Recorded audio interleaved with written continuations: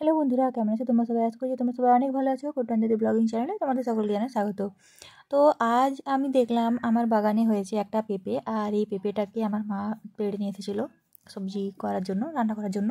তাই আমি মাকে বললাম যে আমাকে এই পেঁপে থেকে একটুখানি পেঁপে দেবে। তো মা বললো কী করবি? তাই আমি বললাম যে আমি এই পেঁপে দিয়ে আজকে বানিয়ে নেবো টুটি ফ্রুটি কেক তৈরি করার জন্য যে জিনিসটা লাগে সেই জিনিসটা। তো এটা দেখো, এটা হচ্ছে আমাদের বাগানের পেঁপে, আর এই পেঁপেটা দিয়েই কিন্তু আজকে আমি বানাবো হচ্ছে টুটি ফ্রুটি। তো পুরো পেঁপেটা কিন্তু আমি নিইনি, আমি নিয়েছিলাম একদমই কম একটা টুকরো আমি নিয়ে নিয়েছিলাম পেঁপের। তোমাদেরকে দেখাই, যে দেখো পেঁপের আমি কিন্তু একদমই এই একটা টুকরো নিয়েছিলাম, কারণ পেঁপেটা কিন্তু পেঁপে দিয়ে যে আমি টুটি ফ্রুটিগুলো তৈরি করব, আমি কিন্তু একদমই কম পরিমাণে তৈরি করব।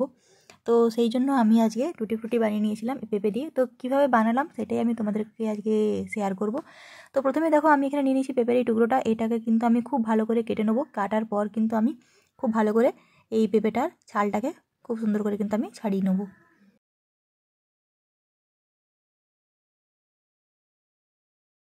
তো এই দেখো, আমি কিন্তু পেঁপেটাকে খুব ভালো করে ছালটা ছাড়িয়ে নিয়েছি এবং ভেতরে যেগুলো ছিল সেগুলোকে কিন্তু আমি খুব ভালো করে পরিষ্কার করে নিচ্ছি। এরপর আমি যেটা করবো, আমি কিন্তু পেঁপেটাকে খুব ভালো করে একদমই ছোটো ছোটো করে পিস করে নেবো। তো আমি যে পিসগুলো করেছি সেটা হচ্ছে কিছুটা এরকম একদমই ছোটো ছোটো টাইপের পিস। আর এটা কিন্তু এমন না যে প্রত্যেকটা একই শেপের হতে হবে, তোমরা কিন্তু টেরা বেঁকা যেমন খুশি, যেমন তোমাদের মন সেই অনুযায়ী কাটতে পারো। তো এরপর আমি যেটা করবো, আমি কিন্তু পেঁপেগুলোকে তোমার নিয়ে নিয়েছি এখানে জল, আর এই পেঁপেগুলোকে কিন্তু আমি খুব ভালো করে সেদ্ধ করে নেবো। তো এই যে দেখো, প্রায় 5 মিনিট কিন্তু আমি জলটা ফুটিয়ে নিয়েছি, পেঁপেটাকে সেদ্ধ করে নিয়েছি। এরপর আমি যেটা করব, আমি এই যে একটা প্যান নিয়ে নিয়েছি, আর এই প্যানে কিন্তু আমি নিয়ে নিয়েছি 1 কাপ জল, আর নিয়ে নেবো 1 কাপের মতো চিনি। দুটোকেই কিন্তু আমি খুব ভালো করে ফুটিয়ে নেবো।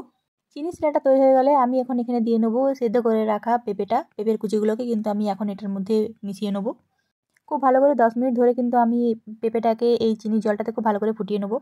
তো এখানে দেখো, আমি এখানে নিয়ে নিয়েছি 3টে বাটি, আর 3টে বাটির মধ্যে কিন্তু নিয়ে নিয়েছি 3টে ফুড কালার। একটাতে নিয়েছি সবুজ, একটাতে লাল, এবং একটাতে নিয়েছি তোমার অরেঞ্জ কালার। তো এই 3টে ফুড কালার কিন্তু আমি এখানে নিয়ে নিয়েছি। এরপর আমি যেটা করবো, এই সেদ্ধ অবস্থাতেই কিন্তু এই যে পেঁপেটা দেখো চিনি জলে কিন্তু সেদ্ধ হয়ে গেছে খুব ভালো করে।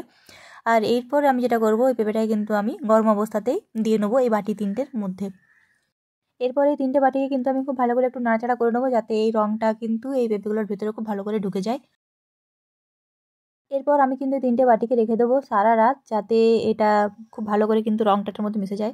তো আমি চলে এসেছি রোদে, আর এই রোদে আসার পর কিন্তু দেখো, আমি এখানে নিয়ে নিয়েছি 3টে কলা পাতার টুকরো, আর এই কলা পাতার টুকরোগুলোর উপরে কিন্তু আমি পেঁপেগুলোকে খুব ভালো করে দিয়ে নেবো, দিয়ে কিন্তু আমি খুব ভালো করে এগুলোকে ছড়িয়ে নেবো।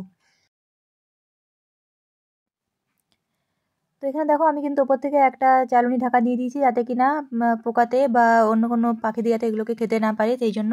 আর এগুলো কিন্তু আমি 2 ঘন্টার জন্য রেখে দেবো রোদে। তো 2 থেকে 3 ঘন্টা রোদে রাখার পর কিন্তু এগুলো যখন দেখবে একদম শুকিয়ে গেছে, তখন কিন্তু তোমরা এটা রোদ থেকে তুলে নিয়ে চলে আসবে। দেখতেই পাচ্ছ টুটি ফুটিগুলো কিন্তু একদম তৈরি হয়ে গেছে। আর আমি কিন্তু যেহেতু একই রকম শেপে কাটিনি, সেই জন্য এগুলো কিন্তু টেরাবাকা টাইপের দেখতে হয়েছে। তো এইভাবে কিন্তু তোমরা পেঁপে দিয়ে তৈরি করে নিতে পারবে টুটি ফ্রুটি খুবই সহজ উপায়ে। একবার টুটি ফ্রুটি বানিয়ে নাও, তারপর কিন্তু 1 থেকে 1.5 মাস তোমরা এটাকে সংরক্ষণ করে রাখতে পারবে। কেক, পেস্ট্রি বা আইসক্রিম যে কোনো কিছুর সাথেই কিন্তু এই টুটি ফ্রুটিগুলোকে তোমরা ব্যবহার করতে পারবে। তো আশা করছি আমার রেসিপি তোমাদের ভালো লেগেছে। রেসিপিটা ভালো লেগে থাকলে কিন্তু চ্যানেলটিকে লাইক, সাবস্ক্রাইব এবং শেয়ার করতে একদম ভুলবে না। সবাই খুব ভালো থেকো, সুস্থ থেকো। খুব তাড়াতাড়ি দেখা হবে তোমার সাথে একটা পরের ভিডিও নিয়ে। ভিডিওটা কেমন লাগলো অবশ্যই কিন্তু কমেন্ট করে জানিও। তোমাদের একটা কমেন্ট কিন্তু আমার জন্য অনেক উপকারী। আর আমি দেখছি যে তোমরা আমার ভিডিওটা দেখছো, কিন্তু কেউ কিন্তু লাইক করছো না।